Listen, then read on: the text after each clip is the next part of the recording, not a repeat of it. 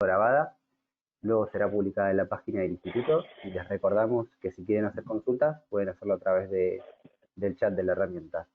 Emilio, te cedo la palabra. Buen día. Buen día, muchas gracias Matías, buen día para todos. Muchas gracias Matías, muchas gracias Geraldine como presidente del IAIA y al IAIA por esta iniciativa y por habernos invitado a presentar esta temática, ¿no? El tema es los ciberdelitos, el compliance y las empresas.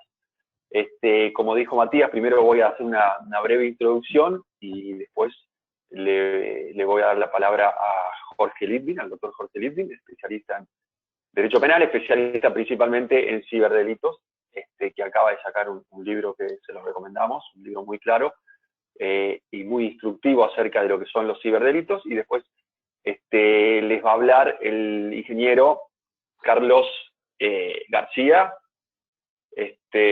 Carlos García, que es ingeniero de sistema y trabaja en el estudio de Litvin a cargo del área de sistemas y es director también del área de compliance. Bueno, primero un poco repasar que hace 2 años, si ustedes recuerdan, se promulgó la ley 27401 que empieza a prever o empieza a castigar a las personas jurídicas por delitos de corrupción por hechos propios, ¿no? Había otras leyes que castigaban a las personas jurídicas con anterioridad, no muy utilizadas, por delitos tributarios, por delitos aduaneros, por delitos cambiarios, por delitos de lavado de dinero. La particularidad por ahí de esta ley que dio un vuelco, que cambió un poco la perspectiva de lo que es la responsabilidad penal de las personas jurídicas, es que empezó en la Argentina, a raíz de esta nueva ley, a prever la responsabilidad penal de las personas jurídicas, pero por su propio hecho, por lo que hace o deja de hacer una empresa, y no tanto, a diferencia de las leyes anteriores, no tanto por la conducta de una persona física trasladada directamente y automáticamente a la persona jurídica. ¿Qué significa esto? Que ahora las personas jurídicas iban a responder, o empezaron a responder desde hace 2 años, empezaron a responder por su propio hecho, por no controlar los riesgos que derivan de su actividad. O sea, hoy las personas jurídicas, principalmente por cuestiones penales, están obligadas a controlar los riesgos que derivan de su actividad, porque si no controlan esos riesgos y ocurre alguno de estos riesgos, las personas pueden ser responsabilizadas penalmente. ¿Y cómo se controlan estos riesgos? De acuerdo a la propia ley, de acuerdo a la jurisprudencia de afuera y de acuerdo a la práctica de otros países, el control de estos riesgos tiene que ser a través de un programa de integridad, dice la ley, ¿no? En otros lugares se conoce como programa de compliance. ¿Qué es un programa de integridad? Un programa de integridad está compuesto por varios elementos, ¿no? Un código de conducta en el que se explican un poco los valores de la compañía y se le dice a los empleados o a los colaboradores qué es lo que tienen que hacer o qué es lo que se espera de ellos, y en algunos casos también se prevén algunas sanciones. Se prevé un sistema de capacitaciones periódicas también para tratar de explicar a los colaboradores, a los empleados, a los integrantes de la sociedad, transmitirles normas de integridad y de transparencia. Se prevé un canal de denuncia para que los integrantes puedan denunciar irregularidades, la debida confidencialidad, y en lo posible también con una política de privacidad para los denunciantes. Se prevén también investigaciones como uno de los elementos que prevé esta ley de responsabilidad penal de las personas jurídicas, investigaciones internas derivadas de la línea de denuncia, ¿no? Y un compliance officer que trate de supervisar un poquito todos estos elementos que funcionen adecuadamente y en forma coordinada. Sin embargo, más allá de la responsabilidad penal, más allá del compliance, lo cierto es que existen otros riesgos tan importantes o incluso más importantes o más costosos que los mencionados en esa ley o mencionados en las distintas leyes que les acabo de mencionar, que son, a modo de ejemplo, son los riesgos ambientales, los riesgos de violencia de género, los riesgos principalmente en este momento, los riesgos de delitos informáticos, ¿no?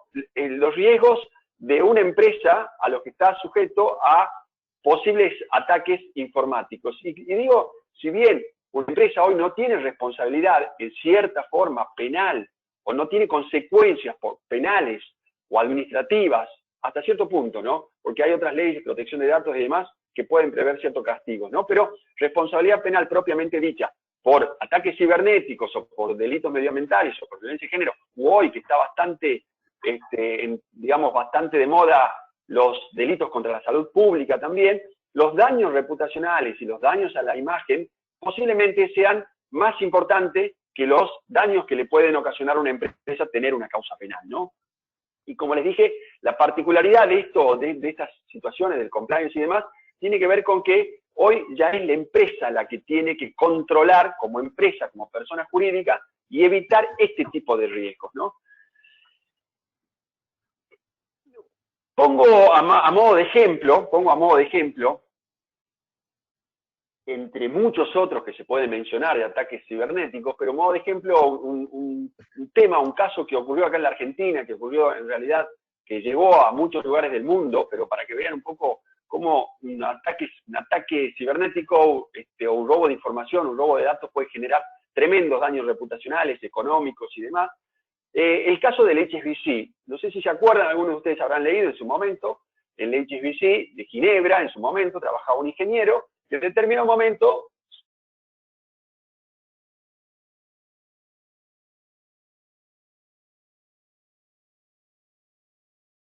Emilio, perdón, se te cortó el audio. me parece que me Ahí silenciaron. está, ahora Ok, sí. bueno, nada. Perdón. Brevemente, el caso del HSBC sirve para darse cuenta de lo costoso que puede ser un robo de datos, ¿no? Un robo, un ataque o una destrucción del sistema que tienen las empresas. En el HSBC, como les contaba, un ingeniero se robó todos los datos del Banco de Ginebra y se fue a Francia. Cuando la justicia suiza lo empezó a buscar, pidió un pedido de captura a Francia, Francia libra un allanamiento contra el domicilio de esta persona que se llamaba Falciani, encuentra las computadoras, encuentra todos estos datos y en lugar de vía extradición reportarlo a Suiza, directamente decide investigar lo que encuentra en la computadora de esta persona Falciani que se había robado todos los datos del HSBC.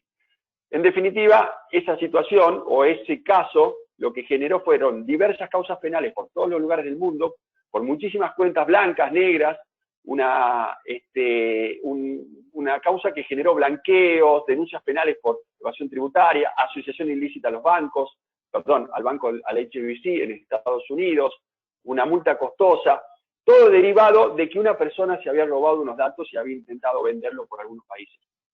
Y si bien, en ese caso, esta persona era un empleado del banco, lo cierto es que hoy, como explicarán un poquitito más adelante, tanto Jorge como Carlos, hoy esto puede ser realizado, el robo de datos puede ser realizado a distancia, no es necesario pertenecer a la institución y por eso nosotros decimos hoy uno de los riesgos más importantes de los cuales las empresas se tienen que proteger son los ciberdelitos o los ataques criminales. En un mundo digital y globalizado, lo cierto es que también el delito mutó a modalidades digitales y extraterritoriales.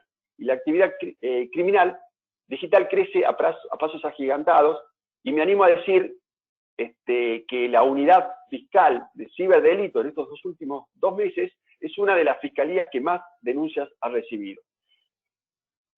Le voy a pasar la palabra a Jorge, conocido como Coqui en muchos lugares, que acaba de publicar un libro, para que le explique un poco con más detalle cómo funciona esto. Y luego, Coqui, Jorge, doctor Litvin, le va a pasar la palabra a Carlos, y después, si nos hacen preguntas, trataremos los últimos 10-15 minutos de responder las inquietudes. Adelante. Hola Emi, ¿cómo estás? Placer verte. Placer verte. Igualmente. Bueno, como vos bien decías, estamos en un tiempo de cambio en que todo lo que tenga ciber por delante se ve con mucho más que lo físico. De hecho, ahora estamos hablando a través de una pantalla y una cámara web. Esto sería un auditorio hace un par de meses atrás, y hoy en día no nos queda otra que reunirnos y que vernos así. Y la realidad es que todo lo que antes sucedía de alguna forma en el mundo físico, ya quedaban muy poquitas cosas que pasaban en el mundo físico o real. A raíz de este aislamiento, de esta pandemia, todo pasa al mundo virtual. Entonces, eso se traslada también a los riesgos. Todo aquello de lo que nos teníamos que cuidar antes, que estaba allá afuera, hoy está acá adentro.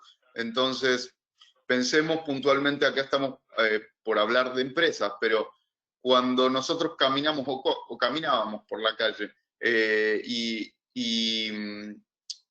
y pensamos en un local comercial o en un estudio o en una organización, lo que sea, ¿cómo se protegen esas organizaciones de los riesgos físicos? Podemos pensar en que ponen cerraduras, que ponen persianas, que ponen rejas, que instalan una alarma o una cámara de vigilancia, que contratan un personal de seguridad, que si fuera una empresa con muchísimos empleados, que habilite credenciales de acceso. Si quisieran proteger algo en particular adentro, seguramente pondrían una caja fuerte para algún elemento extra de valor y darle alguna, no digamos capacitación, esto sería en el mejor de los casos, pero por lo menos algunas advertencias o algún código de conducta de cómo manejarse a los empleados en determinadas situaciones, para evitar que entre un ladrón, entre un criminal, ponga en riesgo la seguridad física o el patrimonio, el amoblamiento, el producto, la información, lo que sea que tenga ese local. Ahora, los riesgos ya no son físicos, son virtuales. ¿Por qué? Porque nosotros estamos haciendo home office y el criminal también, porque no puede estar en la calle. Digo, el crimen real, el crimen físico no se extinguió, va a seguir estando, pero es un poco vintage, está un poco pasado de moda. Y la realidad es que, como bien decía Emilio, estos nuevos riesgos todavía no están tan aceptados, no estamos mentalizados de los riesgos. Y el problema es que uno no puede prevenir aquel riesgo que desconoce, cuya existencia desconoce. Entonces las empresas a veces ni siquiera se dan cuenta de que fueron víctimas de algo, las personas tampoco, entonces no saben cómo prevenirlo. A veces, a pesar de que se enteren de que fueron víctimas de algo, no saben víctimas de qué fueron, o que ese algo del que fueron víctimas constituye un ciberataque o algo que puede ser investigado, reprimido por la justicia. No sabe tampoco las consecuencias de eso, y no solo las consecuencias propias, personales, los perjuicios propios, sino las consecuencias respecto de lo que estamos resguardando para terceros, como son los datos personales, y tampoco saben cómo solucionarlos, o piensan que no hay una solución posible a través de la justicia o algún medio técnico. Ahora, estábamos diciendo que esta modalidad física de delito era un poco vintage, y si pensamos en otra época, tenemos que pensar en el criminal con una ganzúa que estaba tratando de forzar alguna cerradura. ¿Cuál es la nueva ganzúa? Se llama phishing. Habrán escuchado mucho ya del phishing, lo habrán leído, o quizás no, pero para graficarlo, para que quede claro, lo voy a poner como un ejemplo. Pensemos en una expedición de pesca en la que el criminal es el pescador, utiliza como línea, como red, como caña, un correo electrónico, un mensaje de texto, un mensaje de WhatsApp. La carnada que utiliza va a ser algo que nos genere algún tipo de interés particular, algo urgente, algo en los casos, digamos, que vemos todos los días, es que Netflix no pudo procesar tu pago, que iCloud necesita verificar tu cuenta, que de repente puede ser un premio muy sospechosamente interesante, como que Shell, una petrolera top mundial, está regalando combustible por 3 meses, o que se te regala un iPhone, y con eso captan nuestra atención. Ese es el señuelo. Ya tenemos el pescador, tenemos la línea, tenemos el señuelo. ¿Cuál es el anzuelo? Los anzuelos tenemos dos alternativas. La primera alternativa es un enlace que se nos invita a hacer clic, y la segunda alternativa es un archivo que tenemos que descargar. Cualquiera de estas dos variantes son para acceder al señuelo con el que se nos pesca. Lógicamente, los pescados somos nosotros. Entonces, ¿qué se pretende con el phishing? Impersonar. El criminal lo que trata de hacer es impersonarse en una entidad financiera, en una organización, en hacerse pasar por otra persona, dice ser quien realmente no es para sustraer datos, ocasionar un perjuicio, instalar un virus, pueden ser un montón de panoramas, ahora los vamos a hablar. Ahora, estamos hablando de empresas en esta charla. Es difícil que este tipo de correo suele estar filtrado por las empresas, pero lo recibimos todos los días y hoy no estamos trabajando en las empresas. Hoy estamos en nuestra casa, estamos haciendo home office, con lo cual todos estos filtros del trabajo quizás no lo tengamos configurados en nuestra casa.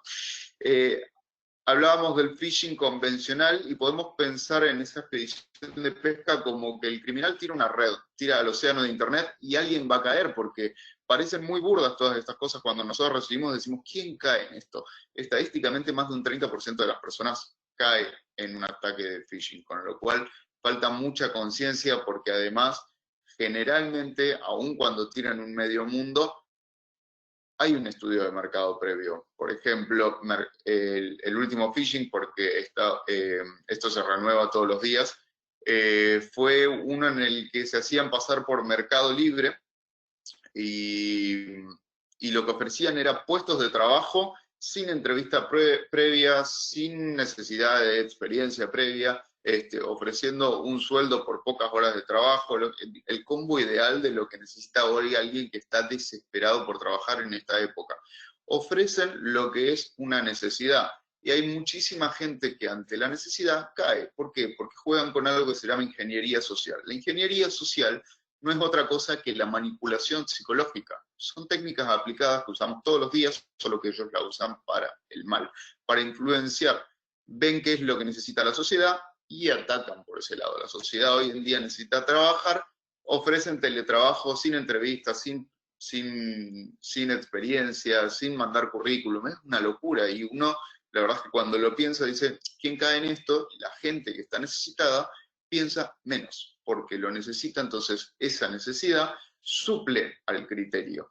Ahora, hay una modalidad que le preocupa muchísimo más a las empresas, que va más enfocado a lo que nosotros estamos hablando, que se llama spear phishing. Hablábamos de un medio mundo. En el spear phishing, la traducción literal es pesca con arpón. ¿Y por qué con arpón? Porque acá el criminal te estudió previamente. El criminal hizo un estudio de mercado, un estudio de su víctima preciso bastante tiempo antes de hacer el ataque. ¿Qué hace? Generalmente hay una intervención, hay alguna interceptación de correspondencia previa, en la que ven con quién se escriben, con quién hablan, con cómo se presentan, qué se ofrecen, y este ataque va dirigido no necesariamente al CEO de una compañía o al presidente de una compañía o al dueño de un local, sino que puede ir contra cualquier eslabón de la organización, desde la recepcionista hacia arriba, quien ustedes quieran, porque no necesita tener información confidencial la víctima, sino que necesita tener solamente acceso al sistema donde está alojada esa información. Entonces, ¿cómo funciona? Vamos a poner un ejemplo. Yo, cibercriminal, creo una cuenta de correo electrónico después de haberte estudiado durante un tiempo, en la que me hago pasar por la persona de sistemas, si la hubiese, de la empresa. Y te mando un correo electrónico en el que te pongo un enlace, en el que te pido que rellenes el formulario con datos porque lo necesitamos para generar una estadística nueva, o porque te pongo un archivo, mucho peor, en el que te digo que tienes que descargarlo para instalar un nuevo software de seguridad, un parche de seguridad, una actualización del antivirus, lo que sea. Lógicamente, yo recibo un correo de alguien de sistemas en una empresa en la que capaz tiene 300 personas, que no conozco a todos los que trabajan, veo el nombre,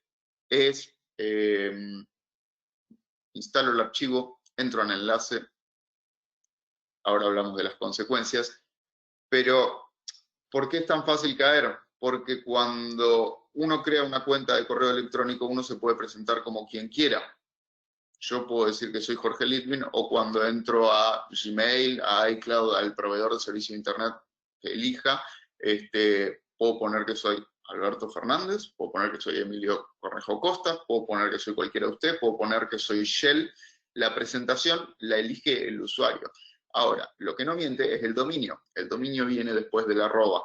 Entonces, la gente no lee el dominio. ¿Por qué? Porque juegan hablando de ingeniería social, con que estamos haciendo multitasking, es una realidad. Estamos con la computadora escribiendo mientras tenemos el celular en la mano, tenemos gente hablándonos atrás, nuestra familia, los chicos que están corriendo, esposa o marido que te pide algo, el teléfono que suena, vos que estás con la taza de café, estás con 15 cosas a la vez y estás tratando de resolver todo lo más rápido posible que podés. Entonces, en ese apuro, en ese multitasking, hay determinadas cosas que uno no revisa y es un bache de seguridad y también por desconocimiento del riesgo, que hace que uno, al no leer de quién viene el mensaje, realmente verificar que la persona que nos está escribiendo es quien dice ser, podamos ser víctimas de una filtración de seguridad. Y les voy a poner un ejemplo actual.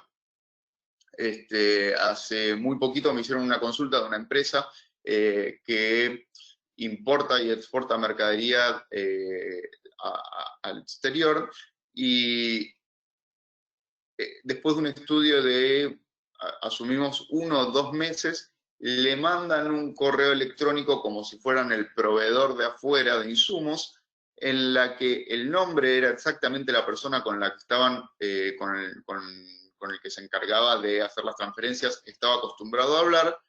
La dirección de correo era muy similar, pero le habían cambiado una sola letra, una B por una W, con lo cual eso al ojo humano en multitasking apurado ni se da cuenta. Es como que yo mando un correo a @leadwin en vez de @leadbin. En el apuro parece que te lo mandó Leadbin.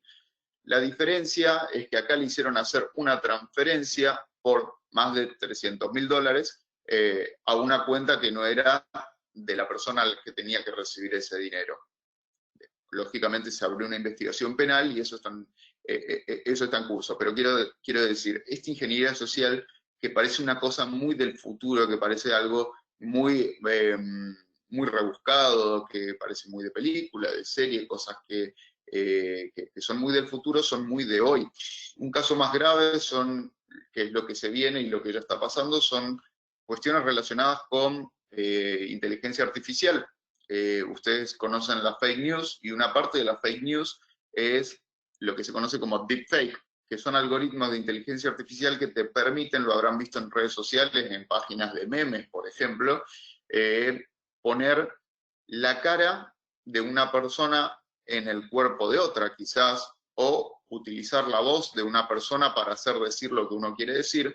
Y en Estados Unidos, en Reino Unido, desconozco si en Argentina sucedió, por lo menos no está el precedente o no está denunciado, pero hubieron casos de fraudes a empresas en las que una persona se impersonaba como el CEO de la empresa usando la voz, la misma voz, a través de inteligencia artificial, dando órdenes a los subordinados de la empresa que hicieron transferencias por más de 500.000 euros. Y digo, hay riesgos muy latentes que nos parecen futuristas y que en realidad son del presente. Ahora, la pregunta que la mayoría de la gente me hace es, bueno, ok, recibo este correo electrónico, recibo este archivo, lo descargo o entro al enlace. ¿Qué es lo que pasa? Los escenarios son muy, muy distintos. En el enlace pueden pasar 2 cosas: que nos lleva a un formulario de una página muy similar a la que dice ser, puede ser la de un banco, la de una empresa, la de un cliente, la de Mercado Libre, y nos haga completar y entregar datos que pueden ser datos personales, generalmente pueden ser inclusive las credenciales de tarjetas de créditos, con los riesgos que ustedes se imaginan de entregar tarjeta de crédito a un criminal. O si descargamos el archivo, esto puede ser mucho peor, porque cuando descargamos el archivo, que hace un par de meses con el tema del aislamiento hasta eran las recomendaciones para no contagiarse el coronavirus, o inclusive la receta de la vacuna, que sabemos que está en desarrollo, pero ya la ofrecían en un archivo. Puede ser que cuando uno abra el archivo vea lo que estaba buscando, en teoría, pero se instala sin que nosotros nos demos cuenta siempre un aplicativo, y ese aplicativo es un malware. Es un virus, un gusano, hay muchas alternativas. Piensen en un troyano, que es el ejemplo más clásico, y para pensar en un troyano, piensen en la historia de Troya, o váyanse a la película de Troya. El caballo de Troya se presentaba como un regalo, se presentaba como un premio, se presentaba como la paz. Nosotros lo dejábamos entrar, y una vez que pasaba la muralla, el enemigo salía de adentro, estaba escondido, y destruía la ciudad. ¿Qué puede pasar con un virus? digo, y no vamos a hablar de usuarios personales porque todos ustedes se imaginan, pero acceso a los datos de la compañía, alteración de esos datos, destrucción de los datos, el robo de esos datos, pueden generar denegaciones de servicio. Imagínense una plataforma de compra-venta en línea o que se maneja con operaciones financieras que esté parada durante un día a raíz de un ataque de denegación de servicios. La repercusión económica y la repercusión reputacional que puede tener esto. Pueden usar los servidores de la empresa para alojar contenido ilícito. Muchas de las grandes redes de pornografía infantil usan servidores ajenos para que de repente cuando la investigación, si hay una investigación penal por estos hechos, vaya a los servidores de la empresa. Imagínense tener que limpiar y explicar como una empresa que una investigación internacional de pornografía infantil nos llevó a nuestros servidores. También esos servidores pueden ser utilizados como zombies, como bots, para cometer otro tipo de ilícitos, con lo cual los riesgos no son pocos. Cuando me preguntan puntualmente por datos personales, o sea, cuando yo entrego datos personales y no hay una de estas instalaciones de virus, la gente dice, bueno, pero ¿qué tiene que tengan mis datos? Yo no soy nadie, o mi empresa no le importa a nadie, no soy una multinacional, una corporación, yo no soy una persona pública, una persona famosa, con notoriedad. Digo, ¿qué me cambia que tengan mis datos?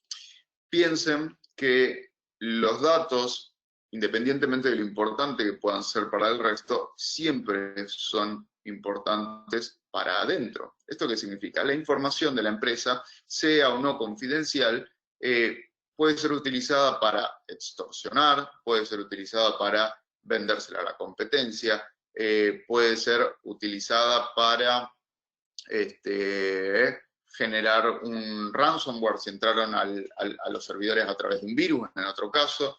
Digo, hay un montón de consecuencias negativas que no estamos contemplando y que pensamos de las que estamos exceptuados, y esto no funciona así. El phishing es la modalidad más habitual para cometer este tipo de delitos, no es la única.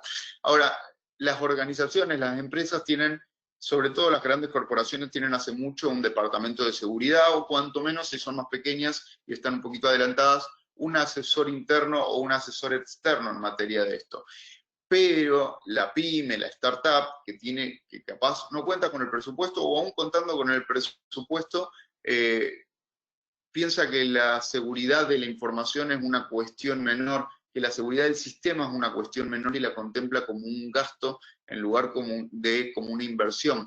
Y la realidad es que ya vemos cuáles son los riesgos que puede haber, pero lo más importante es quizás capacitarnos a nivel personal y capacitar al personal de cada una de estas empresas, saber, y para esto es muy importante el compliance que estaba hablando Emilio, saber cuáles son los riesgos y saber cómo prevenirlos, porque el delincuente informático le apunta al sistema, pero el punto de ataque, el punto vulnerable, el talón de Aquiles, nunca es el sistema, es el humano que maneja el sistema. El ataque de phishing va al error humano, no al error del sistema. El sistema suele estar perfectamente programado. Puede tener alguna vulnerabilidad que lo haga víctima de algún ataque particular, pero el 90% de los casos ataca al humano.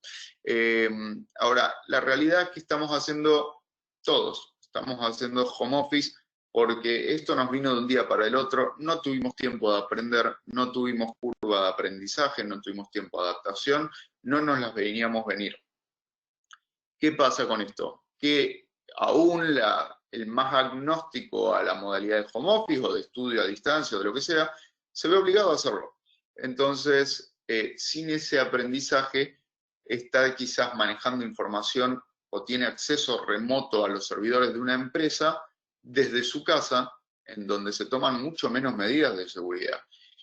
Y no solo tenemos menos medidas de seguridad por no tener un departamento de sistemas, en caso de que lo contáramos, y alguien que nos instale el software más actual todo el tiempo, o que ponga filtros para spam, sino que además lo más probable es que todos estemos utilizando los mismos dispositivos que tenemos en nuestra casa, no son los dispositivos que están configurados en la oficina con la seguridad de la oficina, con la agravante de que en nuestro hogar compartimos los dispositivos con los demás.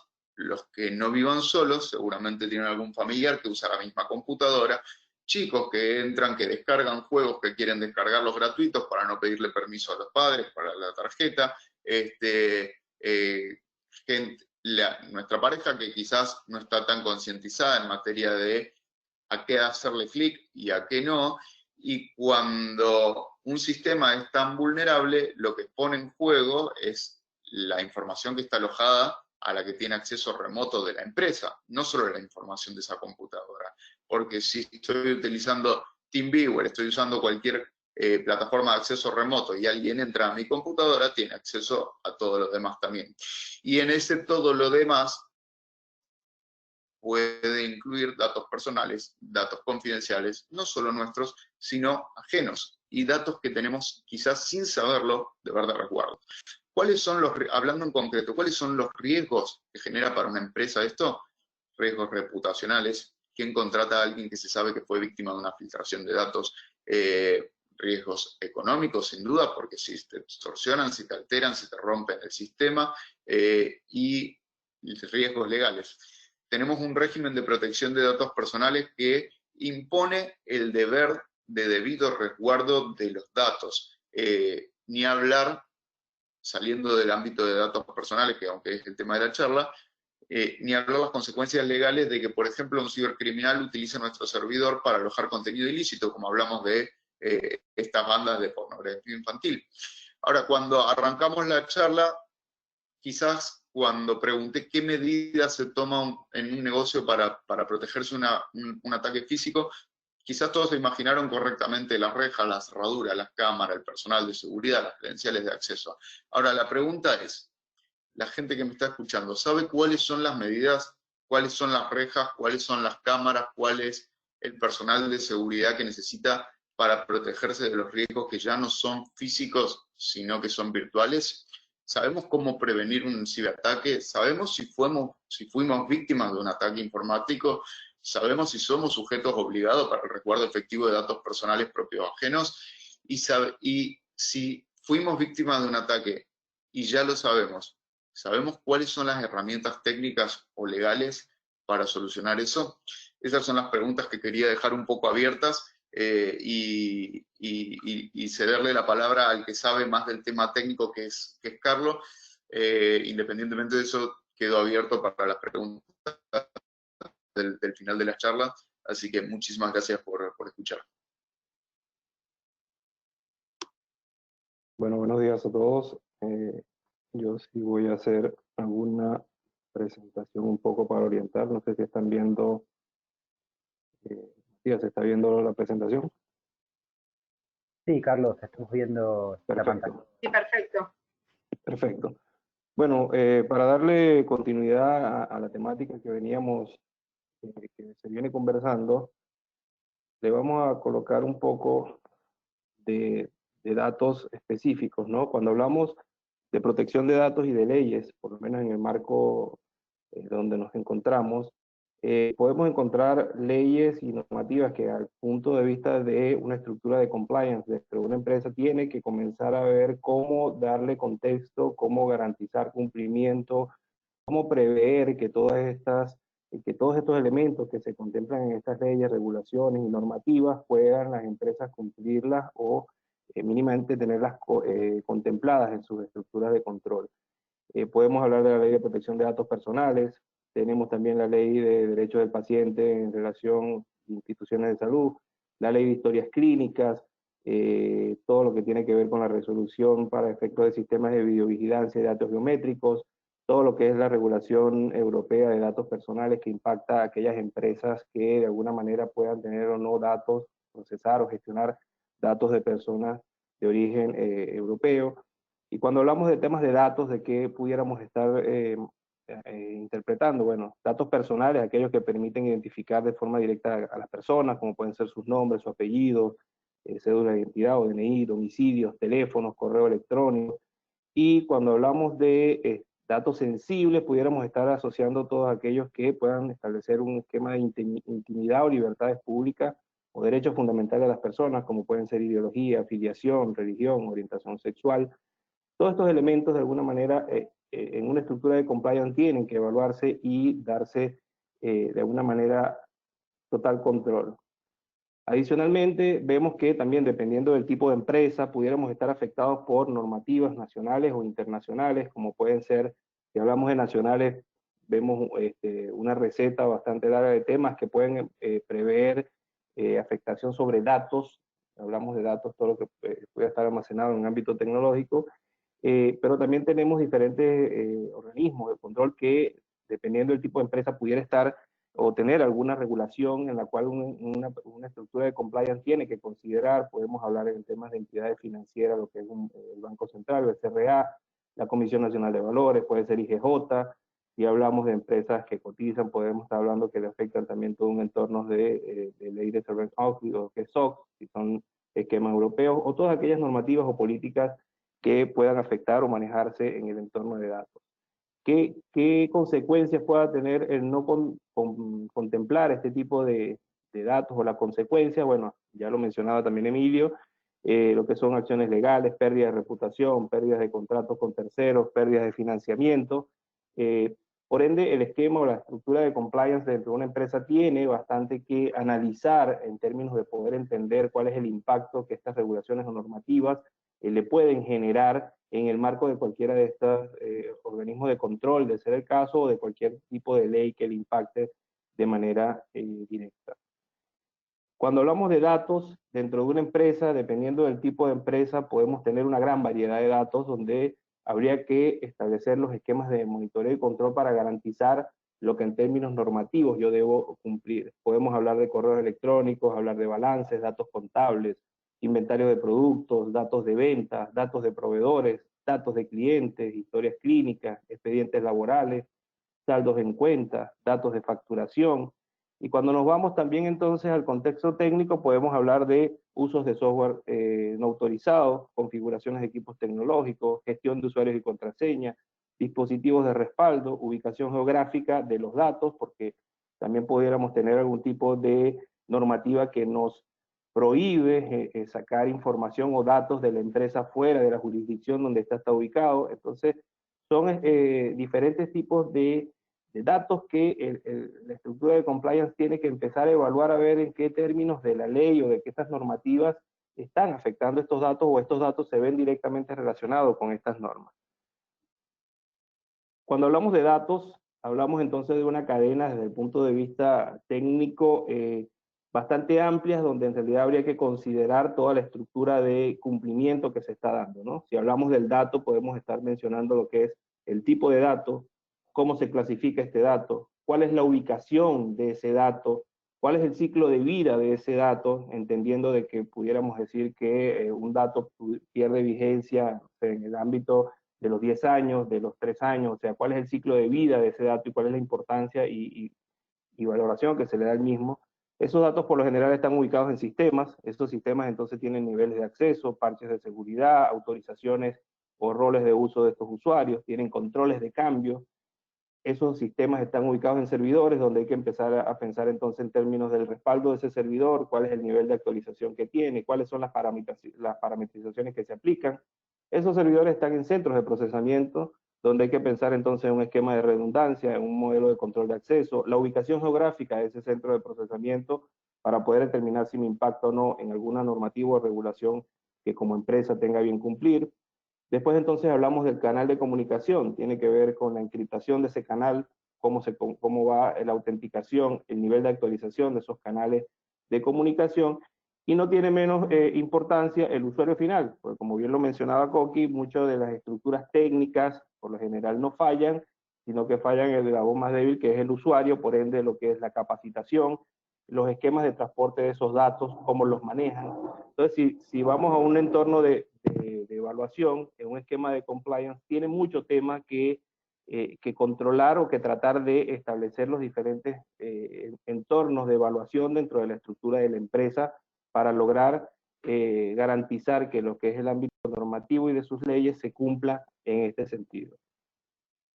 Y en términos de ese dato, pudiéramos vernos dentro de las empresas reflejados en que la misma puede darse una afectación en términos de su confidencialidad, integridad, disponibilidad. Cuando hablamos de confidencialidad estamos hablando de posible fuga de información, robo de equipo, pérdidas de dispositivos móviles, donde por lo general se maneja mucha información de la empresa dependiendo del nivel de automatización que ésta tenga, acceso de personal no autorizado. Cuando hablamos de integridad, hablamos de todo lo que tiene que ver con control de acceso, modificaciones de datos no autorizados, y en temas de disponibilidad estaríamos hablando de poder mantener esa información presente ante cualquier tipo de ataque, desastre natural o secuestro o bloqueo de equipos, que es lo que podemos relacionar con algunos de estos virus que están llegando o que se están conversando en este momento.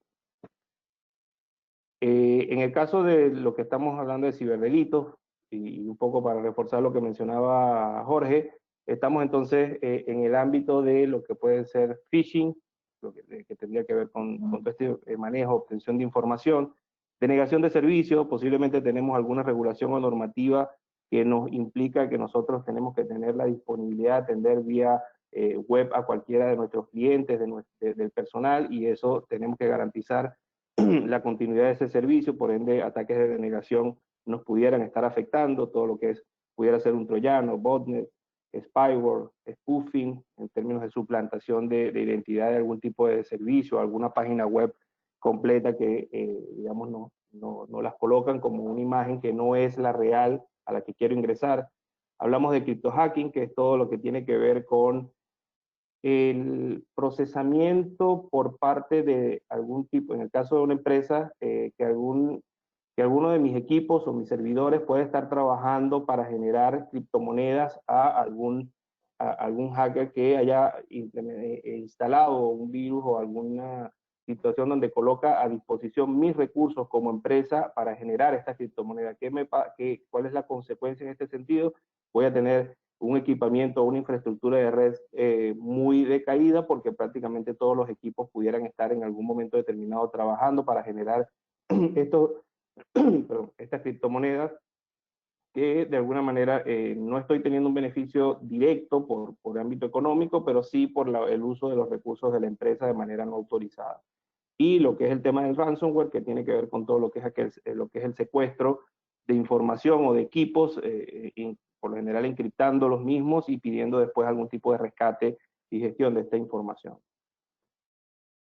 En términos de lo que pudiera ser cómo actuar, de una manera bastante genérica, de estos cibercriminales, digamos, las personas definen, como lo mencionaba Jorge, bueno, a quién quiero atacar, qué beneficio voy a obtener, y a través después de ciertas herramientas, como puede ser la ingeniería social, como puede ser la deep web o la dark web, donde hay información de credenciales que se pueden obtener a bajo costo por cualquier algún otro servicio que haya sido vulnerado, pero por lo general las personas, cuando usan un usuario y una contraseña, casi que repiten la misma en todos los servicios que usan. Entonces se juega a tener la suerte de que ese usuario y esa contraseña sea el mismo que estaría usando en el servicio que quiero vulnerar.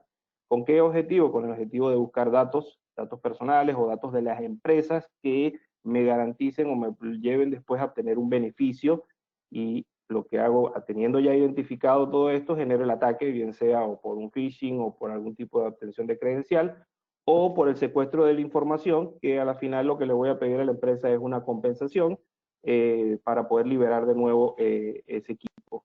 En estos casos, como recomendación general, se tiene no pagar este secuestro, porque ya estadísticamente se ha visto que el pago del secuestro es mucho más caro que los controles que yo puedo implementar para recuperar esa información si tengo ciertos esquemas de prevención o de resguardo de la misma.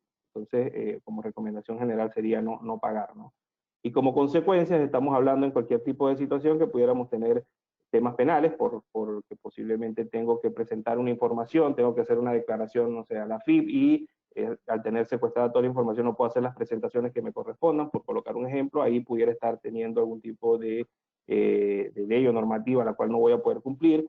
Tengo todo el tema de reputación, todo el pago extorsivo que me van a generar o que me van a pedir para liberar esta información, o no necesariamente uso el pago como un mecanismo de presión, sino la extorsión a efectos de obtener un beneficio adicional que no necesariamente tiene que ver con el pago económico.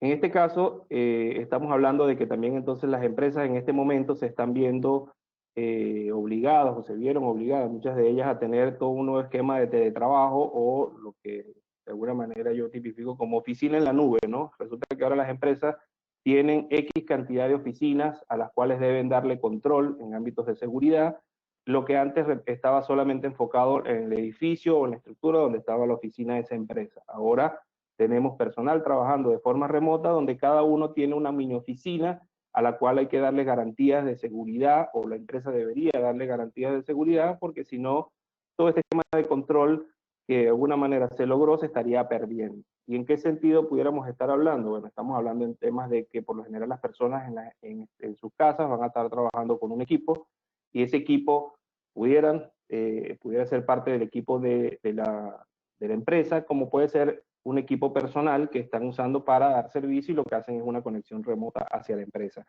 En estos casos estaríamos hablando de que hay que tener cuidado y control sobre todo lo que es el entorno de contraseñas, la gestión de los correos electrónicos, como bien decía Jorge, posiblemente dentro de las empresas o en la empresa tengo una estructura de antivirus, anti-malware muy robusta, pero cuando me salgo de la empresa y uso un equipo personal, no pudiera estar teniendo la garantía de que en ese equipo estén instalados los debidos antivirus o anti-malware que uso para evitar algún tipo de riesgo de los que mencionábamos anteriormente. Hay un tema asociado a las conexiones, ¿sí? Por lo general, desde la casa tenemos que usar el router que nos genera el prestador de servicio, o en algunos casos tenemos que salir a comprar, o tuvimos que salir a comprar routers para poder habilitar la conexión Wi-Fi, que de alguna manera sería la más cómoda en el entorno de la casa.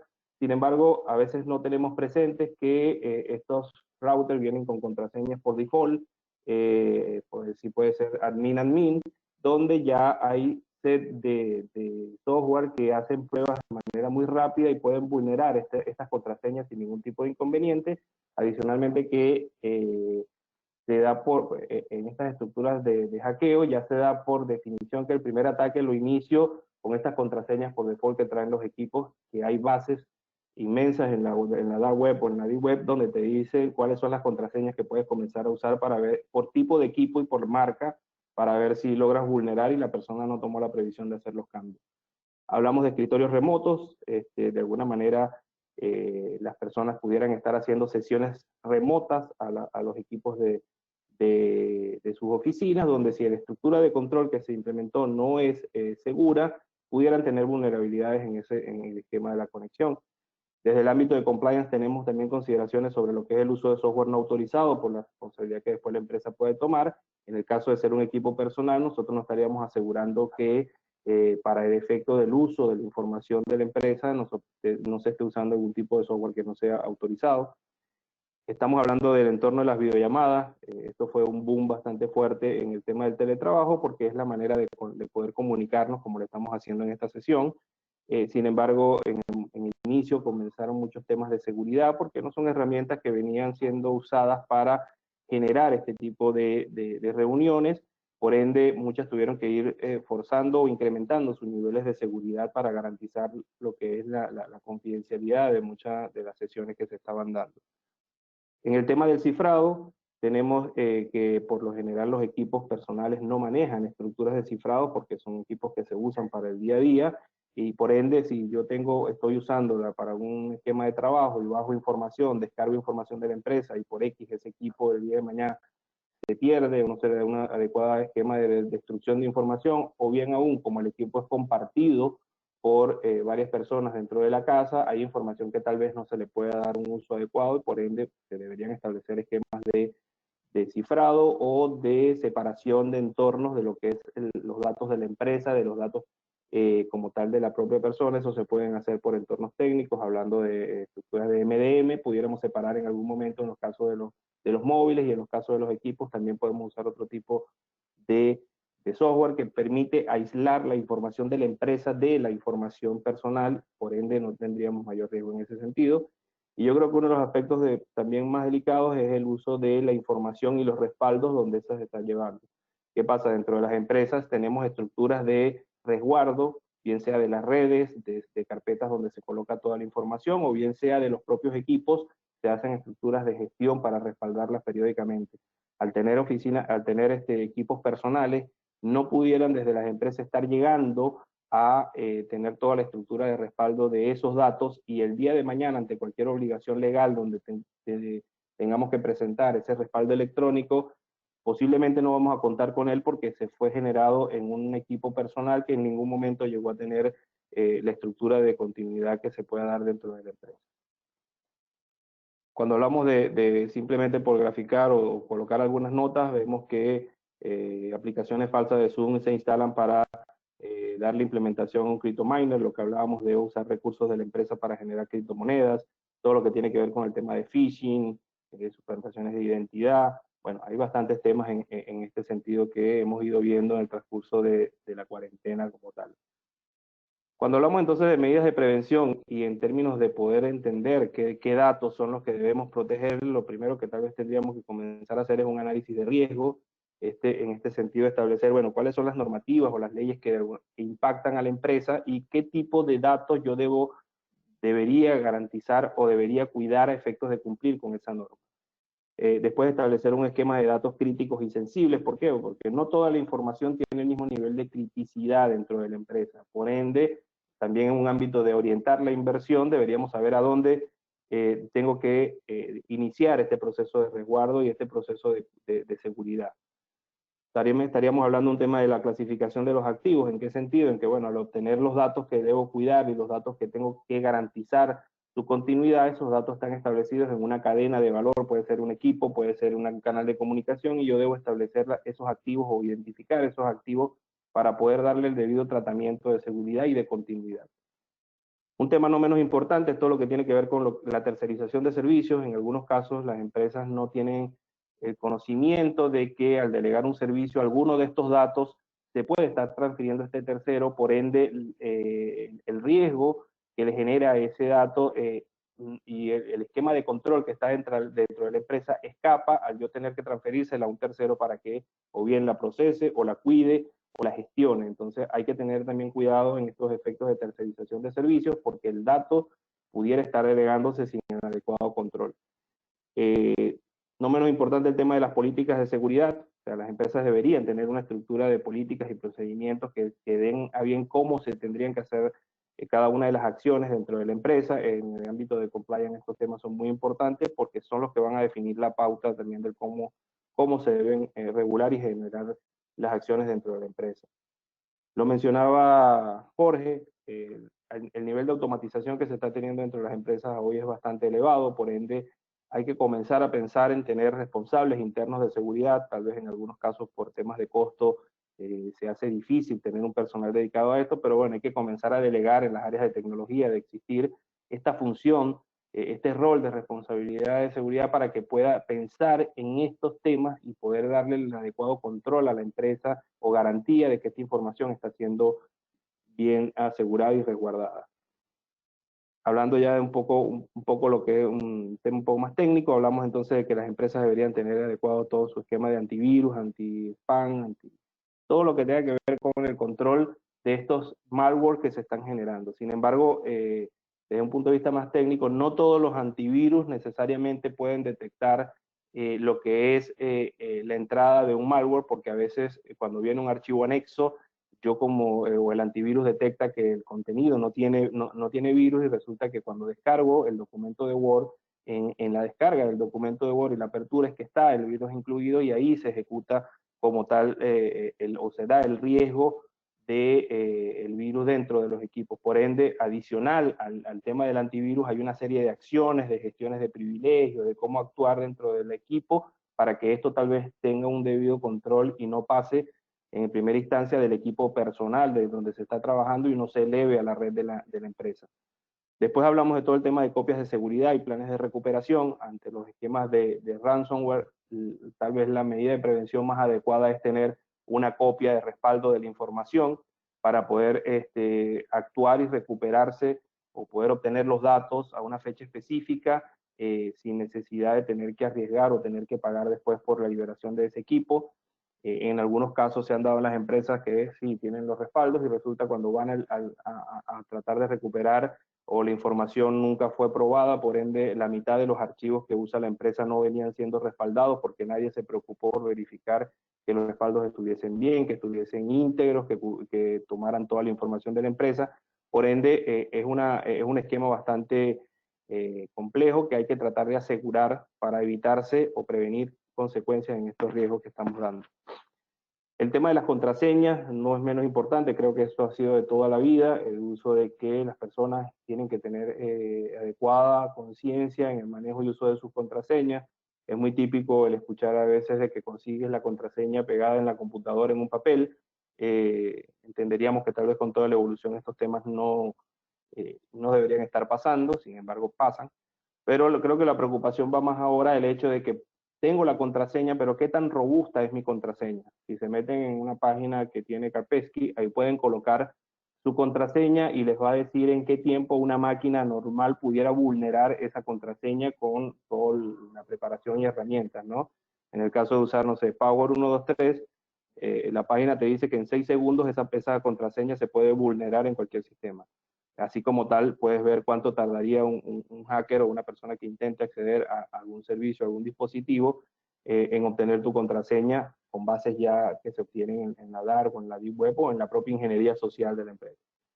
Después hablamos de temas de actualización de sistemas, o sea, esto no menos importante porque muchas de las vulnerabilidades que usan estos hackers tienen que ver con deficiencias en las actualizaciones de los software que venimos usando, bien sea en los sistemas operativos o en software que dan parte a la operación de las empresas. Después tenemos todo el tema de monitoreos de redes, o sea, estas estructuras de seguridad que hablamos o responsables deberían tener un control constante de lo que es el funcionamiento de sus redes y detectar cosas como que una empresa que está situada 100% en Argentina, que todas sus oficinas están en Argentina, y yo estoy haciendo uso remoto de los servicios de la empresa y resulta que me estoy conectando desde Rusia. Si yo veo una dirección IP que de alguna manera está enfocada, está originada en este país, me debería generar una alerta porque mis servicios no tienen por qué salir de Argentina si alguna persona se está tratando de conectar. Entonces aquí se comienzan a generar indicios de alerta que tienen que comenzar a monitorearse y a revisarse. Y para cerrar, hay muchos temas a considerar, pero digamos de forma general, todo lo que tiene que ver con auditorías de seguridad. O sea, alguien tendría que sentarse y empezar a evaluar todo este esquema de control, a ver si funciona o no funciona. Muchas veces las cosas se quedan en el papel, se quedan en la implementación, pero nadie monitorea, nadie revisa de que en realidad todo esto está funcionando y qué alerta pudiera estar generándose en ese sentido. Y para cerrar, creo que lo más importante, y como lo mencionaba también Jorge, de toda la estructura técnica que podamos complementar o instalar, el efecto humano tiene una participación muy alta. Por ende, lo que es la capacitación y lo que es el entorno de concientización es un elemento fundamental. Hay muchas cosas que las personas tienen que entender, que hay un adecuado uso, pues que un dato es crítico, que una información no la puedo trasladar en un pendrive así tan fácil, que en algunos casos tengo que resguardarlo en una estructura donde pueda mantener un respaldo de la empresa porque el día de mañana lo puedo necesitar para un entorno, para un tema legal o para justificar alguna operación. Hay muchos aspectos que hay que tratar de ir generándole a los empleados o a las personas que trabajan dentro de las empresas o a los terceros para que puedan tener entendimiento de lo que es la responsabilidad en cada uno de estos elementos como parte de una estructura de control completa dentro de las empresas. Es un tema que de alguna manera no se gana de un día para otro, por lo tanto tienen que ser un plan continuo de capacitación, de concientización y que siempre esté presente dentro de las estructuras de las empresas para que ese entendimiento en realidad esté permanente en todo momento. Creo que no tenía más que tocar en este tema. Con esto estaría cerrando. Laura o Emilio, no sé quién continúa. Sí, Carlos, muchísimas gracias. Ahí no sé si se me ve. Sí, excelente. Bueno, excelente la disertación. No sé si Carlos, Emi, Jorge, comenzamos con las preguntas. Pregunta Verónica, ¿qué consideraciones tenemos que tener en cuenta en el manejo de datos personales sobre empleados o terceros?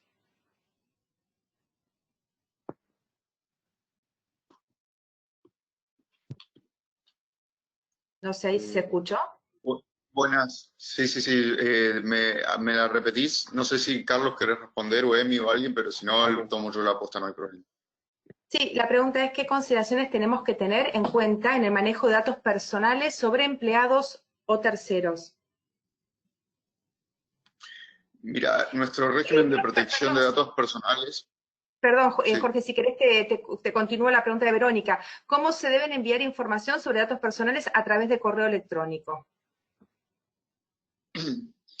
A ver, estamos en un ambiente bastante difuso, lamentablemente, en el que tenemos un régimen de protección de datos personales cuya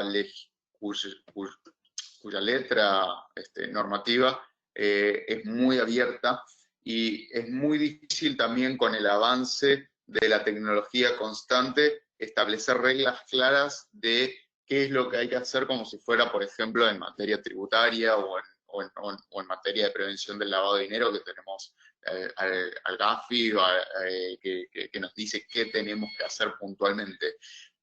Acá lo que se pide es que se tome la mayor cantidad de recaudos posibles para asegurar la información de los datos. Y esto va a depender de cada caso concreto, de qué tipo de sistema estamos manejando, de qué tipo de información estamos manejando, con qué recursos contamos, porque no le podemos pedir a una startup que quizás no tiene recursos que instale un software o que tenga un departamento de ciberseguridad que le genere un costo mayor a los ingresos que tienen. Entonces es, en la medida de lo posible, proteger al máximo los datos con los recursos que se tienen. ¿Cuáles son los medios para cuál? ¿Cómo sería la pregunta? Algo de correo electrónico, ¿no?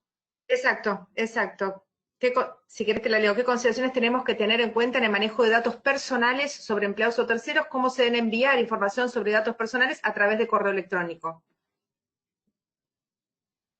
Lo importante es tener un protocolo de manejo de esos datos en el que uno tiene que tener un procedimiento que ponga en evidencia la trazabilidad y que garantice en la medida de lo posible todas las operaciones en las que se traten esos datos, incluyendo los correos electrónicos. ¿Esto qué significa? Que los correos electrónicos vayan solamente por dentro de la empresa, por ejemplo, que no se divulguen datos personales o sensibles por fuera, que si vamos a manejar información que ya primero es identificar si sabemos qué datos estamos manejando y si esos datos son de índole personal, si son datos sensibles en los términos de la ley, o qué tipo de dato es. Y después es tomar recaudos, los mayores recaudos posibles para que esa información no sea filtrada. No hay para dar respuesta es que no hay una respuesta clara, sino que la respuesta va a ser en caso concreto dependiendo de cada empresa, dependiendo del tipo de información que maneja. Lamento no poder ahondar mucho más, pero la ley no nos permite mucho más porque no tenemos un régimen tan expreso como pasa en Europa, que tienen una legislación mucho más trabajada. Bien, sí, bien, en el caso de las herramientas depende mucho de la estructura de seguridad y herramientas que se tengan para proteger esos datos, porque cuando usas el correo no necesariamente pudieras discriminar en algún caso que es un dato personal o es un dato de la empresa como tal, que a otro fin. Sin embargo, lo que sí puedes blindar es la estructura o el canal de comunicación de ese correo, para que en ningún momento la información que circula por ese mecanismo, ese correo, pueda ser vulnerado como tal, sea un dato personal o un dato operativo. Más allá, como mencionaba Jorge, de que deben haber protocolos o políticas internas para el uso y gestión de estos datos, entendiéndose que teniendo los datos identificados puedo establecer una política de por cuál canal puede circular ese dato o no debería circular como tal, o por lo menos colocarlo a disposición de terceros. Para eso, cuando se usan este tipo de información, se usan canales seguros o canales adicionales a los correos electrónicos para poder transferir este tipo de información. Por ende, depende mucho como le digo, de la herramienta que estarían usando desde el punto de vista técnico y también cuál es el tipo de dato que se estaría vulnerando en el caso de los datos personales, para qué sería el fin, si es interno, si va a ser procesado por tercero, y lo que recomendaría son establecer canales directos, más seguros, encriptados, de transferencia, donde ahí sí no estaría colocando en ningún momento a riesgo la información que estaría circulando. En el caso del correo, es un entorno que se pudiera asegurar, pero bueno, con todo este esquema que tenemos o lo que hemos ido hablando, el correo es un mecanismo, es una herramienta que de alguna manera pudiera tener cierta vulnerabilidad en el ámbito de las personas que lo operen, o de los destinatarios que estén, o de los repositorios donde esto se guarden. Por ende, habría que analizar inicialmente el dato, y después, si no existieran otros esquemas de transferencia de información más segura y directa, en los cuales hacerle llegar al destinatario esa información. Bien, clarísimo. Pregunta Carlos, ¿cuál es el rol del auditor de sistemas en la prevención de delitos de phishing? No, el esquema el rol del auditor de sistema tiene que ver mucho en garantizar, porque el phishing, como bien lo mencionábamos anteriormente, se genera mucho por el entorno de las personas que reciben los correos y que de alguna manera pudieran estar generando el riesgo al no poder procesar adecuadamente ese correo, bien sea o eliminándole o no generándole clic sobre el link que te viene. Entonces, el tema del auditor lo que debe enfocarse mucho más el tema de las herramientas, porque hay, digamos, herramientas como los antivirus, los anti-malware, que ya traen un filtro inicial técnico de digamos, de ese entorno de control, por ende garantizar que todo el tiempo estén actualizados, hacer verificaciones constantes, que todos los dispositivos cuentan con esta herramienta autorizada por la empresa para prevenir o para controlar o para filtrar todo el tema, pero también tiene que ver mucho en garantizar de que los empleados de las empresas están recibiendo la concientización adecuada para poder evitar este tipo de riesgos, ¿no? En este caso específico, tal vez en otros tipos de eventos se pudieran hacer revisiones técnicas más específicas, donde garantizarías un cumplimiento, pero en estos casos el nivel de riesgo se abre mucho a la persona, al empleado, por ende hay que garantizar estos esquemas de concientización, y bueno, también los temas con los antivirus o algún tipo de información, pero creo que impulsa mucho en el tema concientización. Bien, bien, bien, clarísimo. Agrego lo de Carlos. Dale. Sí, Jorge.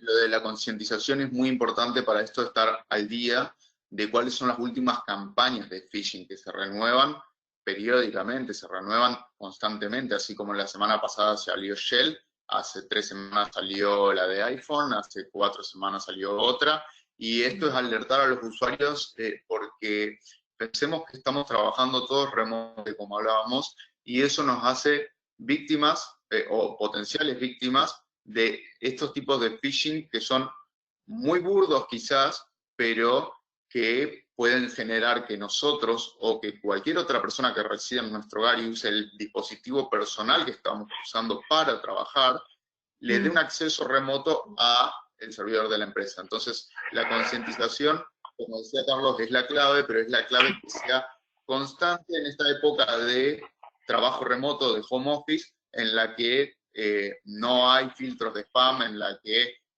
no se le puede pedir el mismo rol al auditor en cuanto a la configuración de cada uno de los dispositivos, de cada uno de los empleados que trabaja remotamente, lógico, pero sí se le tiene que pedir quizás que genere, se me ocurre pensando en voz alta,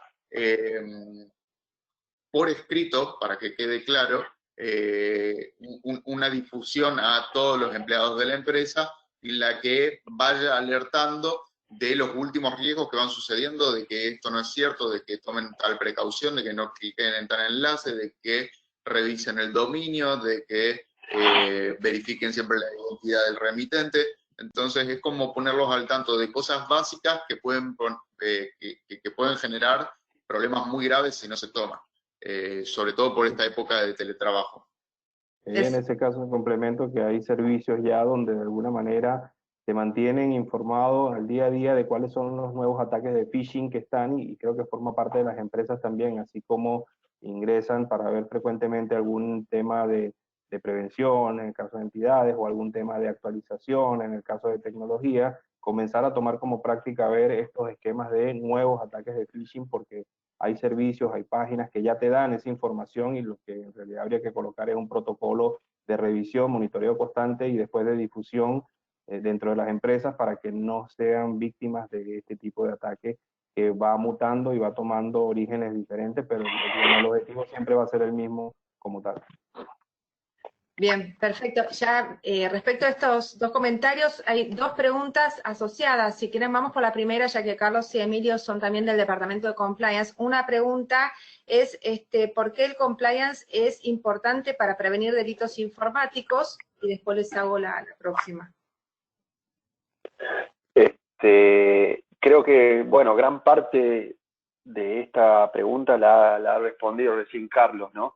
Me parece que estamos ante un riesgo más que las empresas tienen que controlar, y el formato del compliance o de un programa de integridad, en cierta forma, o más precisamente, varios de los elementos de un programa de integridad son funcionales a lo que es el control de este tipo de riesgos, ¿no? Ahí hablaba Carlos de capacitaciones periódicas o concientización.